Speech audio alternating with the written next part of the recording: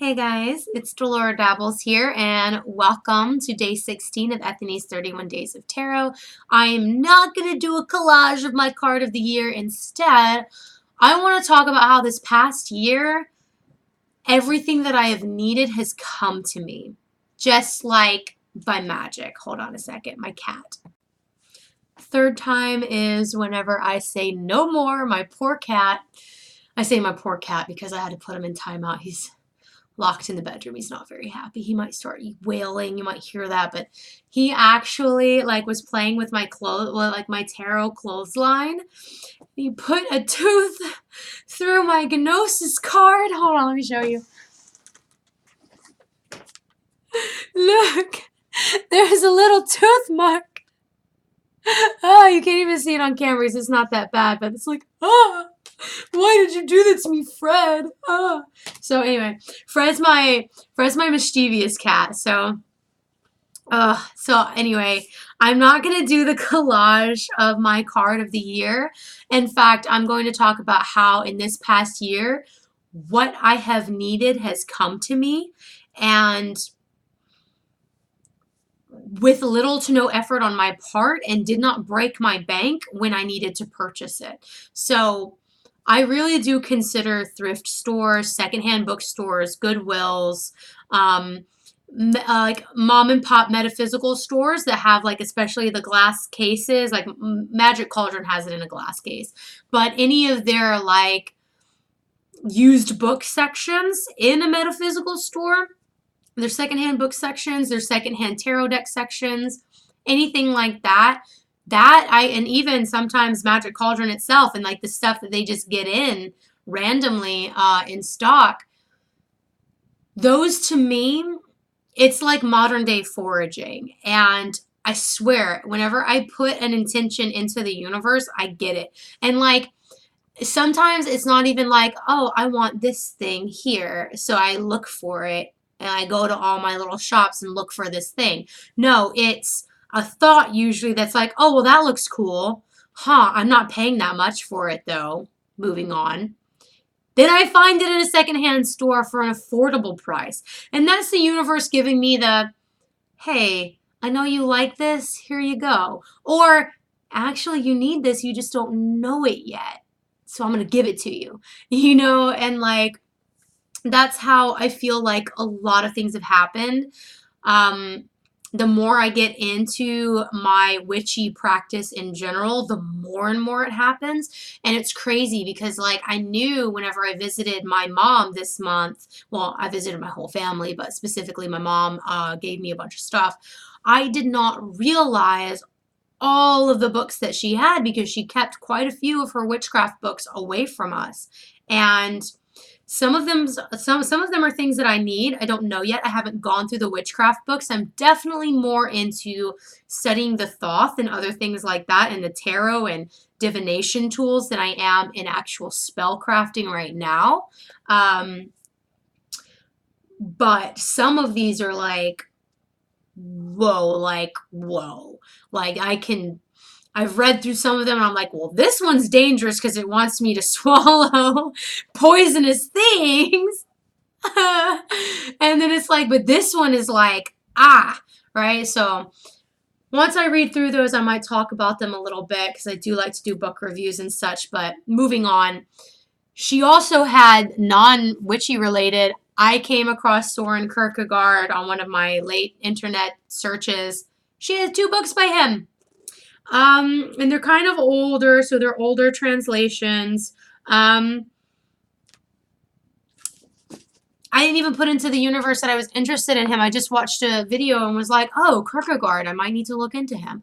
Boom, these books fall into my lap. Books that my mom has had for forever, basically. Something else that happened that was kind of really cool is this book set.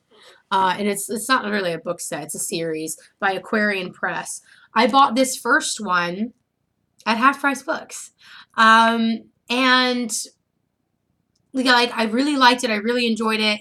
It's very, very well done little workbook here. And Aquarian Press has several of these because it even says here all the different ones that they have used. That's a long list, right?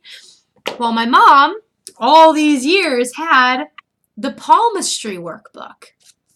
And so, like, whenever I first saw the playing card workbook and I saw that long list of things, I was like, wow, I wish I had more of these. I wish I could find more. I'm going to need to keep my eyes out for these books. And they're all this same size, too. And this one, I like that this one's spiral bound. Me and my mom go on an excursion down to Pensacola to see the witchy shops in Pensacola. We go to a crystal store, and they had, like, so many crystals. I got a fossil. I got an ammonite. Ammonite? No. Is that what they're called? They're the swirly shell, like, from, like, the Proterozoic age or whatever. Anyway, they're really cool looking, and I got a fossil. It's actually turned into pyrite, most of the fossil has. And I got it for $20 because it was broken and then glued back together. And I don't care if it was broken and glued back together. Like, I like to collect fossils. So that was fun. That wasn't even for my witchy practice. That was just for me, right? We stop into this amazing little shack called Live and Let Live Spirituality and Metaphysical Store. They had Florida water, of course, but I already have Florida water. This is the money drawing, kind of like cologne. It smells so good too. Like, it's like a light smell. It smells almost a little bit fruity. It doesn't smell like patchouli and other stuff like that. It's really cool smelling. Anyway, had a bunch of stuff like this in there, like, and they even had like the Santeria, like the different holy waters and stuff too, like all kinds of stuff. And he had a used book section in his little shop. Guess what I found? So, preface to this. At Half Price Books, just days before, like the day I left Houston, I found a set of rune stones for like $15 at Half Price Books. They had amethyst and they had bloodstone. I'm a whore for amethyst, and I was going to get it, but I was like, let me look at the bloodstone. I looked at the bloodstone runes and was like, no, this one. I put the amethyst back. I'm a whore for amethyst, and I put them back because I was like, I need the bloodstone ones. Like, this is what I need. Like, this is what I want. I look at this guy in Pensacola just a few days later. What does he have? Not just a book about runes, one of the Aquarian Press runic like workbooks about runes. And it's so well written. It's so well written, guys. Oh my gosh. So anyway, the universe has sent me things that I needed, and the intention that I set, like, I didn't consciously set out an intention that I wanted the runic workbook. I kind of was like, okay, I need to keep a lookout for these Aquarian Press workbooks. Like, these are really cool. And then I bought a pack of runes and was like, it's a good price. I might get into runes eventually. If not, I have a shit ton of bloodstones now with runes on them, and that's cool to me. And then I find not just another Aquarian Press workbook, but a runic Aquarian Press workbook, and the universe gifted it to me. It was only $7. That's the biggest thing here. So whenever I'm talking about the universe sending me places that have something for me to buy, it has never been something that broke the bank. And I have a couple more examples of that.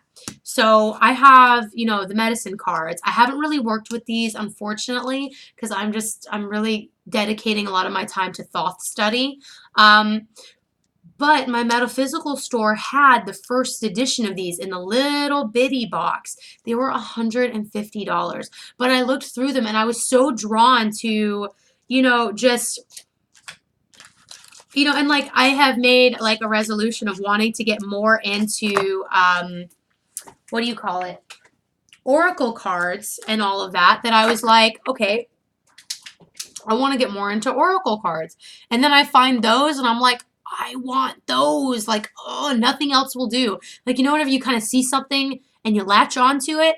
And I was really considering spending $150 on this little beat up pack of Oracle cards.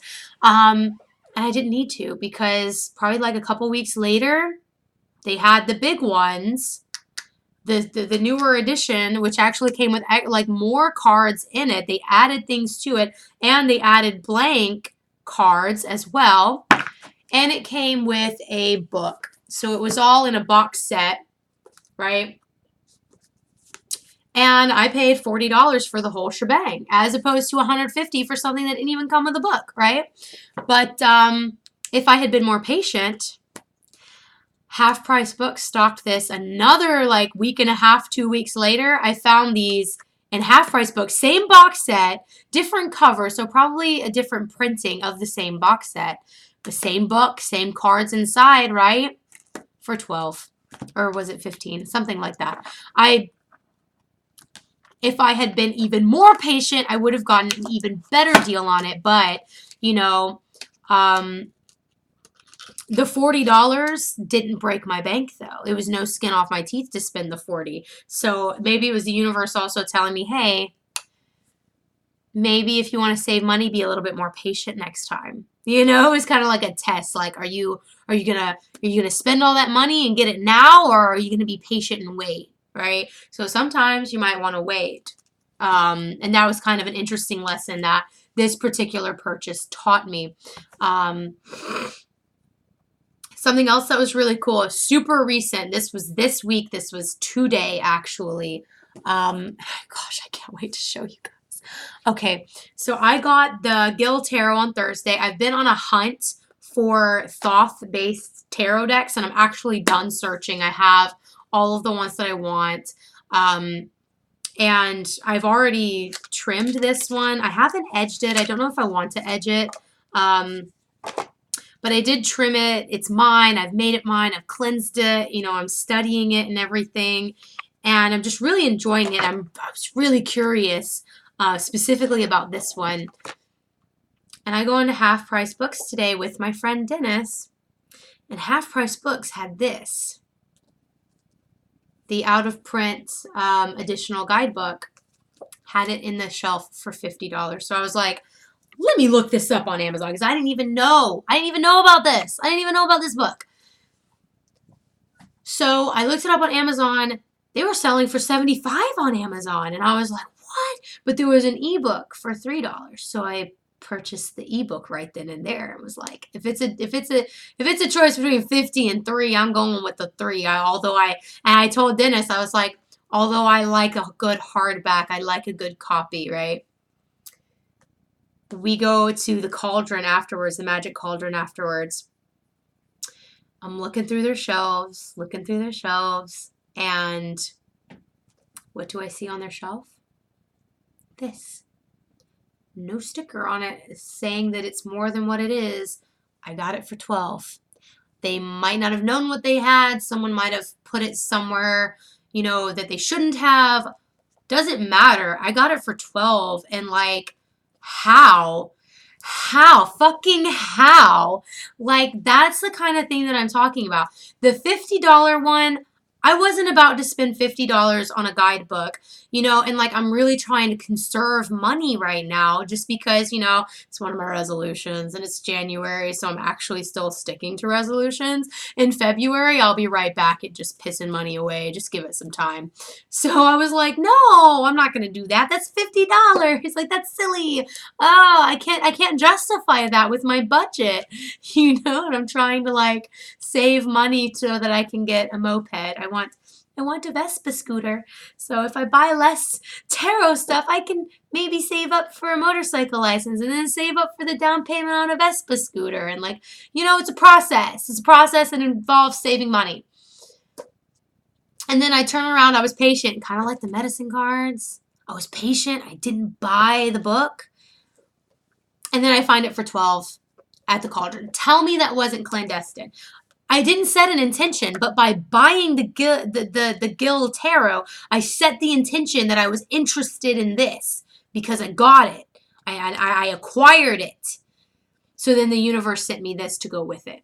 That's kind of what I'm trying to, I guess, say and talk about and point out.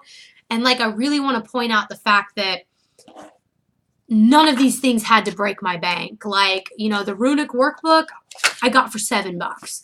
You know, the Gil Tarot book, I got for $12 when I haven't seen it for less than $50. $50 was the lowest price I saw it at, and I managed to find it for $12. Like, wow. So things keep coming to me. Oh my God, no. And the other night at the nightclub I was at, someone dropped a fucking, I think it's a Labradorite, because whenever I turn it, it has just an ever so slight holographic side that reminds me of the Labradorite sheen. Pretty sure it's a Labradorite. I already have 2 Labradorites. I don't need another Labradorite, but I fucking found one at a nightclub. How do you find a Labradorite at a nightclub? So I haven't decided what this rock has to tell me. I'm going to meditate on this rock later. The universe sends you what you need, and like, it's a thing. It's a thing. And whenever the universe sends you something, don't question it. Like, if you put into your mind, like, hey, you know, I kind of want this, but I can't afford it. Keep an eye out. Like, don't go in search of it, but keep an eye out, and the universe will send it to you. It's so crazy how it happens. But nothing that the universe sends you will break your bank to get, basically, is also what I'm trying to say.